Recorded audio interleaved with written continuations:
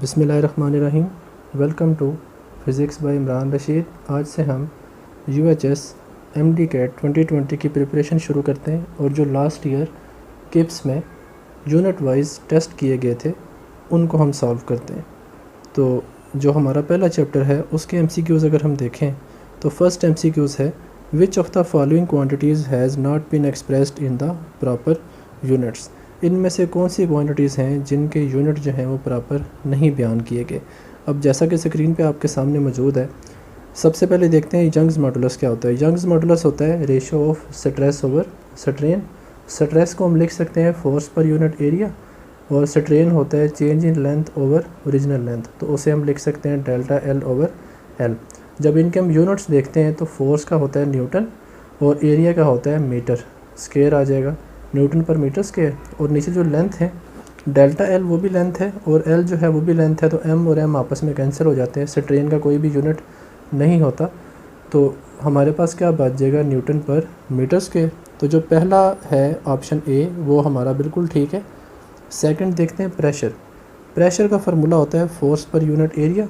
अब फोर्स को हम लिखते हैं न्यूटन के साथ, एरिया फिर से होता है मीटर का स्क्वायर, तो ये न्यूटन पर मीटर स्क्वायर ये ऑप्शन भी हमारी ठीक है। थर्ड देखते हैं सरफेस टेंशन।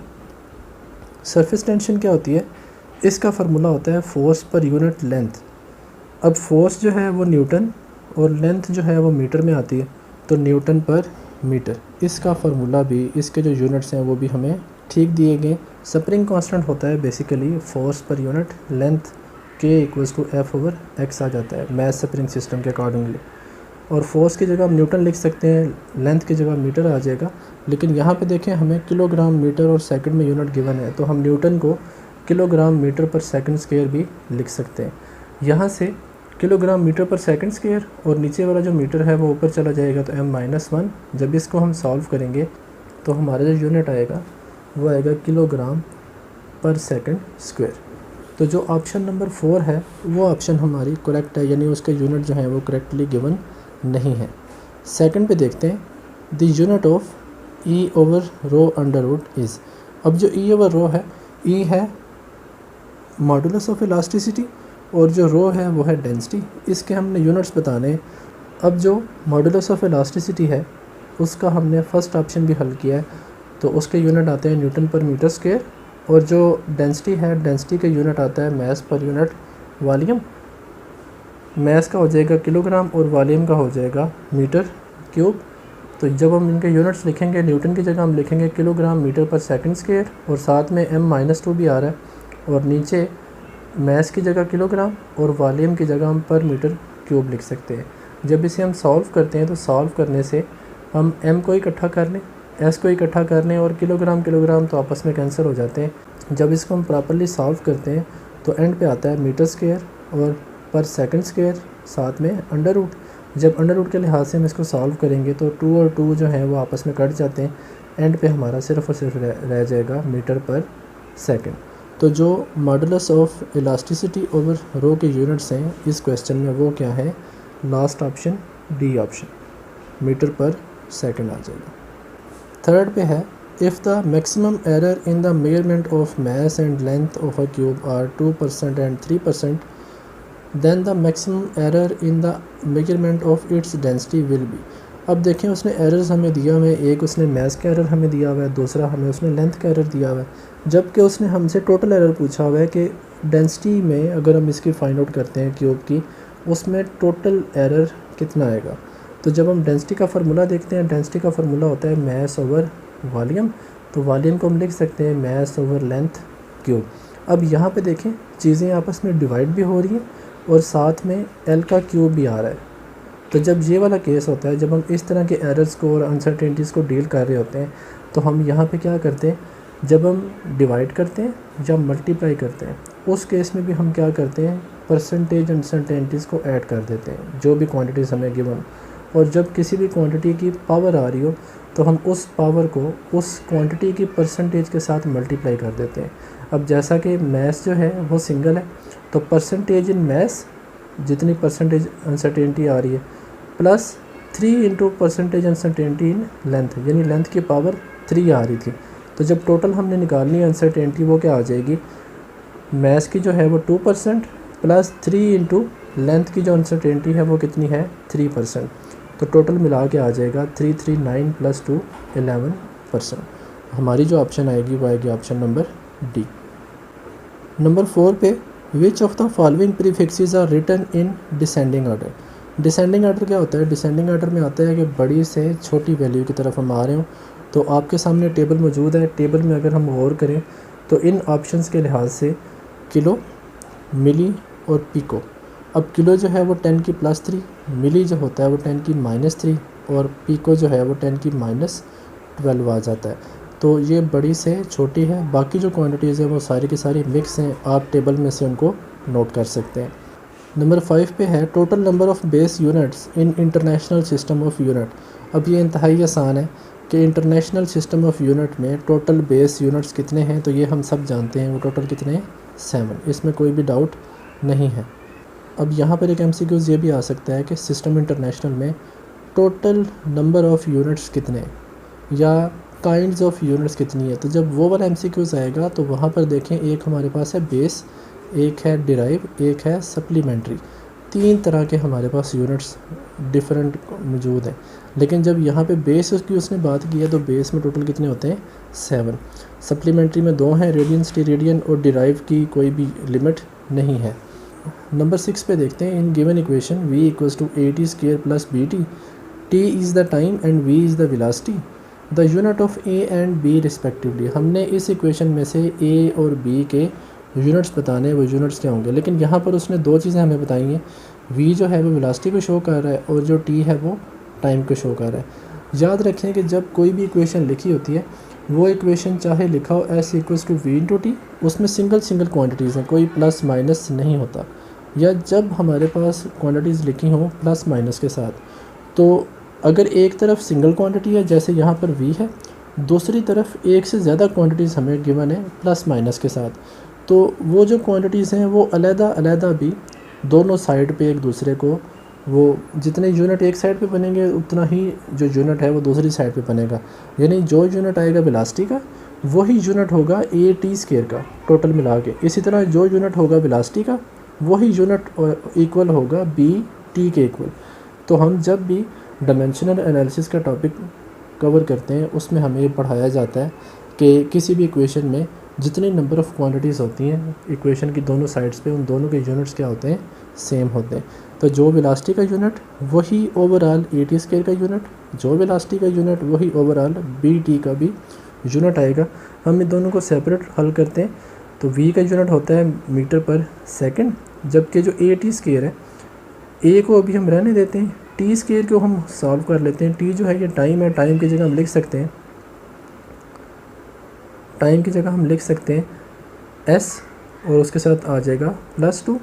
जब हम a को सेपरेट करें, बाकी सारी क्वांटिटीज़ दूसरी तरफ ले जाते हैं, तो ms - 1 ओवर s का +2 रहेगा। यहाँ पे याद रखें -2 नहीं होगा, +2 ही मल्टीप्लाई हो रहा था, डिवाइड होगा।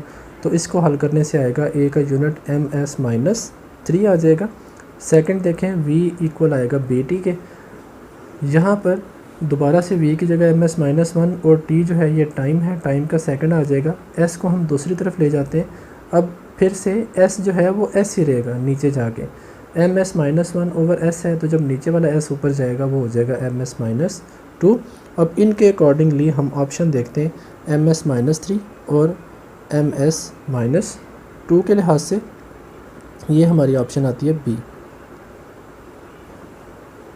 इस ऑप्शन में हमने क्या किया, इस ऑप्शन में हमें डायमेंशनल एनालिसिस के लिहाज से MCQs गिवन था। तो डायमेंशनल एनालिसिस में जब भी क्वांटिटीज़ प्लस माइनस के साथ गिवन हो, तो अगर एक साइड पे सिंगल क्वांटिटी है, दूसरी साइड पे नंबर ऑफ़ क्वांटिटीज़ हैं, वो जो नंबर ऑफ़ क्वांटिटीज़ होती हैं वो अलग-अलग दूसरी साइड की सिंगल क्वांटिटी के इक्वल आ रही होती हैं। इस चीज़ को याद रखना है। नंबर 7 पे है 1 मेगामीटर इज़ इक्वल टू। अब 1 मेगामीटर जो है वो किसके इक्वल आता है? 1 मेगामीटर को हम लिख सकते हैं 1 × 10⁻⁶ मीटर। अब इसके लिहाज से हम ऑप्शंस देखते हैं। ऑप्शंस जो हमें गिवन है वो 10⁶ मीटर हमें गिवन नहीं है, सेंटीमीटर गिवन है।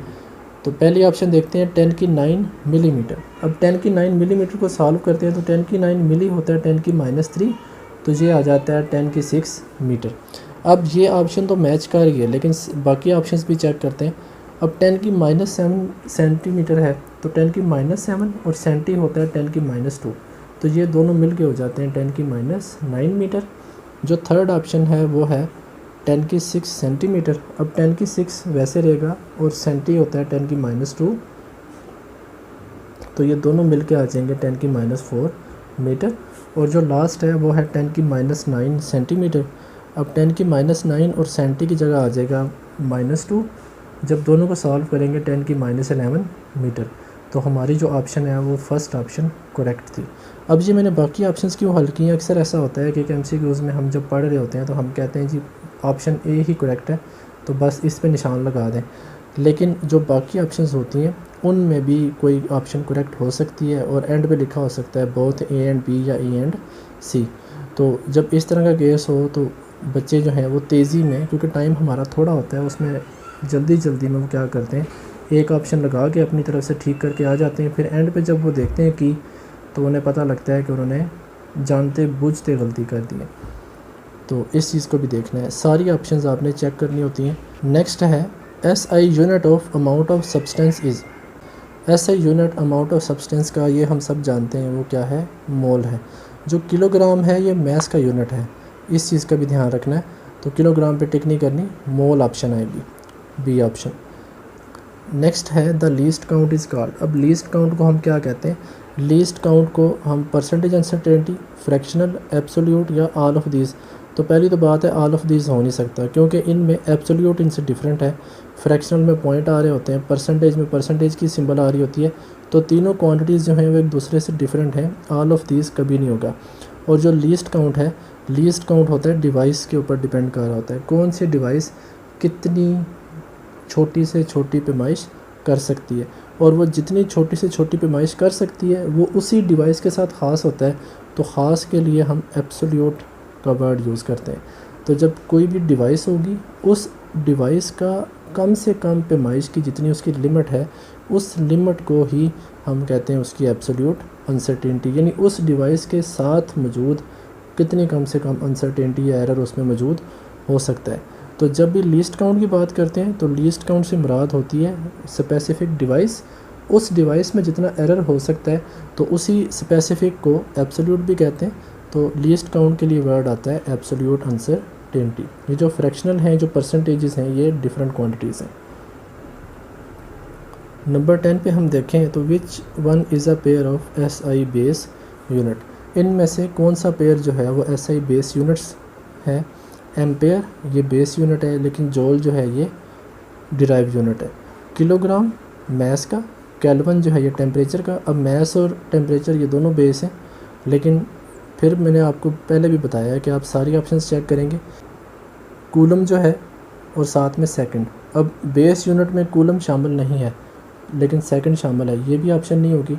और है मीटर, न्यूटन। अब मीटर जो है ये लेंथ का है, लेकिन न्यूटन जो है ये डिराइव यूनिट है। तो हमारी ऑप्शन करेक्ट कौन सी होगी, किलोग्राम और केल्विन। 11 पे which of the following is not the base quantity. इनमें से कौन सी क्वांटिटी जो है वो बेस क्वांटिटी नहीं है। अब देखें, सबसे पहले इलेक्ट्रिक करंट, सिर्फ करंट लिखा हो, इलेक्ट्रिक करंट लिखा हो, दोनों का एक ही मतलब है। तो जो करंट है वो हमारी बेस क्वांटिटी है, जिसका यूनिट होता है एम्पेयर। सेकंड क्वांटिटी देखें इलेक्ट्रिक चार्ज, अब बेस में ये शामिल नहीं है। इलेक्ट्रिक इंटेंसिटी ये भी बेस में शामिल नहीं थी, जो 7 क्वांटिटीज़ हैं। ऑप्शन डी है बोथ बी एंड सी। तो हमारी जो ऑप्शन डी है वो करेक्ट आएगी, इलेक्ट्रिक चार्ज, इलेक्ट्रिक इंटेंसिटी। 12 पे the branch of physics which deals with ultimate particles is known as. जो अल्टीमेट पार्टिकल्स हैं जिनसे यूनिवर्स की क्रिएशन हुई, उनकी जो स्टडी है, उनके लिए न्यूक्लियर फिज़िक्स ये भी नहीं है। न्यूक्लियर जो है ये न्यूक्लियस पे डिपेंड करती है, प्रोटॉन और न्यूट्रॉन पे। एटॉमिक, इसमें इलेक्ट्रॉन, प्रोटॉन, न्यूट्रॉन तीनों आ रहे होते हैं।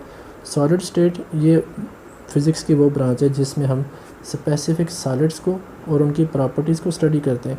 तो हमारे पास ऑटोमेटिकली बच जाता है option number 4, particle physics. Number 13 पे देखते हैं, which of the following gives the sub multiples और multiples represented by pico and giga. हमने बताना है कि इन 4 ऑप्शंस में से पिको कौन सी करेक्ट है, साथ में गीगा कौन सी करेक्ट है। हमने सेम ऑप्शन देखनी है। पिको होता है 10 की -12 और गीगा होता है 10 की 9 +9 होता है। तो इस लिहाज से देखें तो पिको जो है वो ऑप्शन नंबर 3 और 4 में 10 की -12 है, जबकि गीगा ऑप्शन नंबर 3 में 9 और 4 में 12।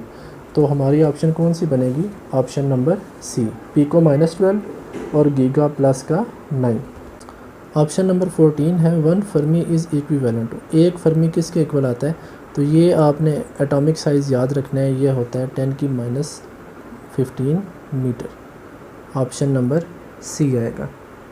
नंबर 15 पे है the quantities whose definition is based on the basic physical quantities are known as, वो वाली क्वांटिटीज़ जिनको हम बेसिक या बेस क्वांटिटीज़ के लिहाज से डिफ़ाइन करते हैं, तो ये हम जानते हैं ये कौन सी हैं? Derived quantities. तो ऑप्शन नंबर बी आएगा।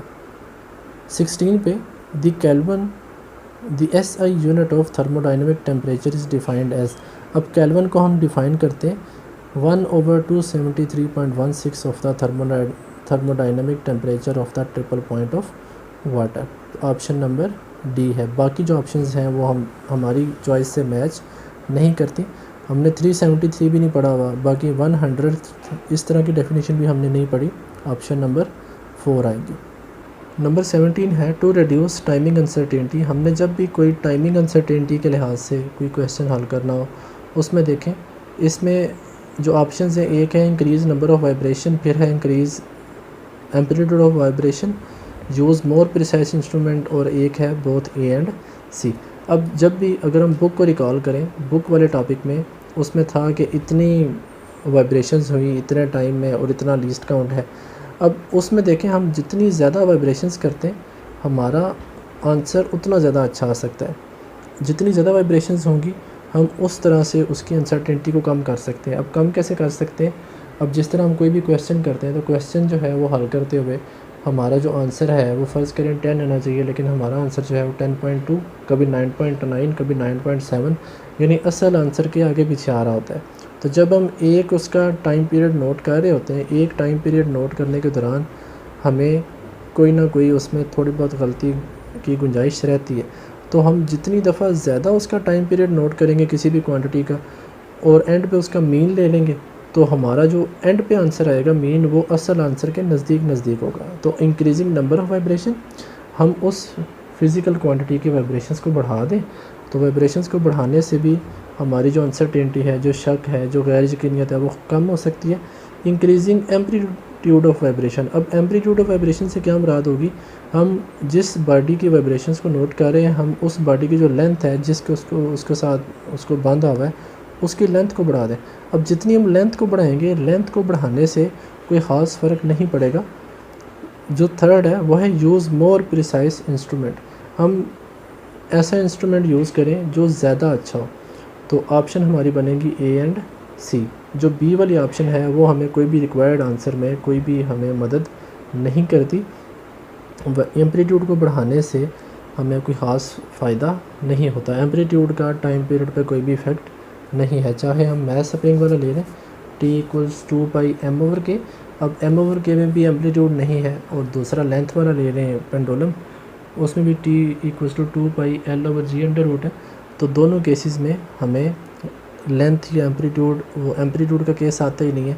तो एम्पलीट्यूड को कम ज़्यादा करने से टाइमिंग अनसर्टेनिटी पे फ़र्क नहीं पड़ेगा।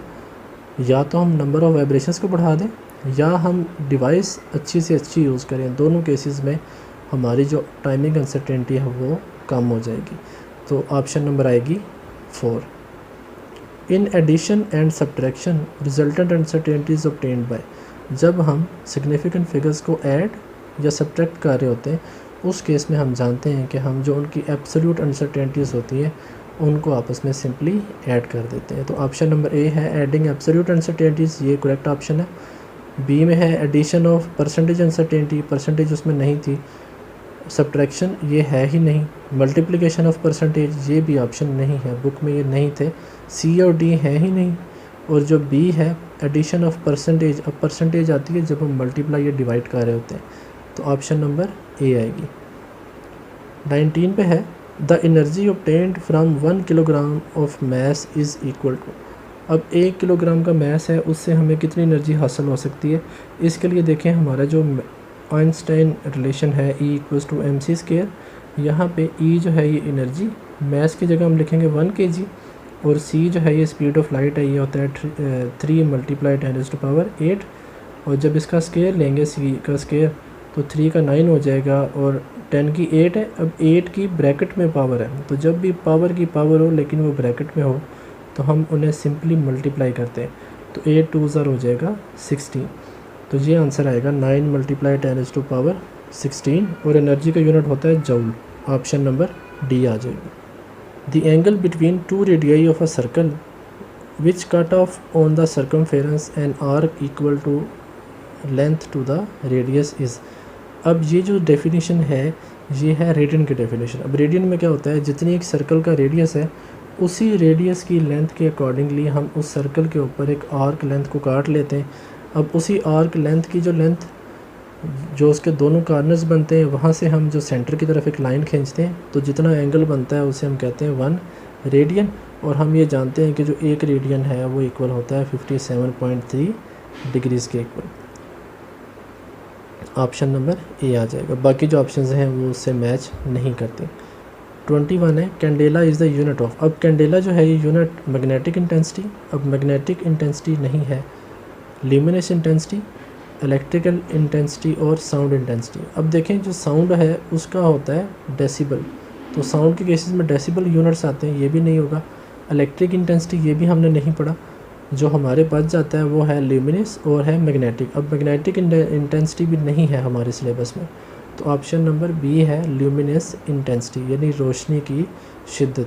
जितनी ज़्यादा रोशनी आ रही है उतनी उसकी इंटेंसिटी, उसी को हम कहते हैं ल्यूमिनस इंटेंसिटी, और उसका यूनिट होता है candela. The branch of physics which deals with the atomic nuclei. अब ये इंतहाई आसान है, जो एटॉमिक न्यूक्ली के ऊपर डिपेंड कर रही होती है फ़िज़िक्स की ब्रांच, उसे हम कहते हैं nuclear physics. How many years are there in 1 second. अब 1 सेकंड में कितने साल होते हैं, इसको हल करने के लिए देखते हैं। 1 साल में टोटल डेज़ अगर हम काउंट करें 365.25 जो डेज़ हैं। अब 1 साल में इतने दिन, और 1 दिन में कितने घंटे होते हैं 24, और 1 घंटे में कितने मिनट होते हैं 60, और 1 मिनट में कितने सेकंड होंगे 60 सेकंड। तो जब इस सारी क्वांटिटी को मल्टीप्लाई करेंगे तो हमारा आंसर आएगा 3.1558 × 10⁻7 सेकंड। अब ये 1 साल में टोटल नंबर ऑफ़ सेकंड्स आ गए, लेकिन उसने हमसे पूछा कि 1 सेकंड में कितने साल होते हैं। तो जब हम यहाँ से 1 सेकंड को सेपरेट करेंगे तो 1 इस तरफ रह जाएगा, बाकी जो है 1/3.1558 × 10⁻7। जब हम इसको सॉल्व करते हैं तो हमारा आंसर आ जाता है 3.1 × 10⁻−8। 1 साल में इतने सेकंड्स मौजूद होते हैं। ऑप्शन नंबर आएगी D. Which of them is not a physical quantity. अब इनमें से कौन सी जो है वो फिज़िकल क्वांटिटी नहीं है। अब डेंसिटी ये भी क्वांटिटी है, मास over volume. Impulse, force into time, ये भी फिज़िकल क्वांटिटी है, फोर्स है और टाइम है।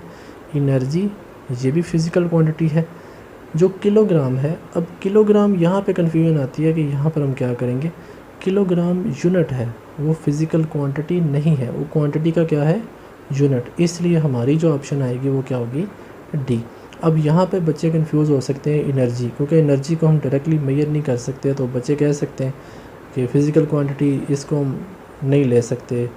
तो यहाँ पर बच्चे जो हैं वो अक्सर क्या करते हैं एनर्जी लगा देते हैं। एनर्जी जो है ये वो क्वांटिटी है, जबकि किलोग्राम जो है वो यूनिट है। तो हमें उसने पूछा है कि इनमें से कौन सी क्वांटिटी नहीं है, तो इनमें से आएगा किलोग्राम।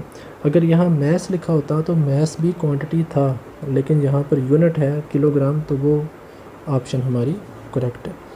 25 पे है अनसर्टेनिटी में अकर ड्यू टू। अब जो अनसर्टेनिटीज़ हैं, गैर यकीनियत या शक जो है वो किस वजह से आ सकता है। लिमिटेशन ऑफ इंस्ट्रूमेंट, वो इंस्ट्रूमेंट में कोई ख़राबी हो, ज़ीरो एरर मौजूद हो। Second, natural imperfection of person senses.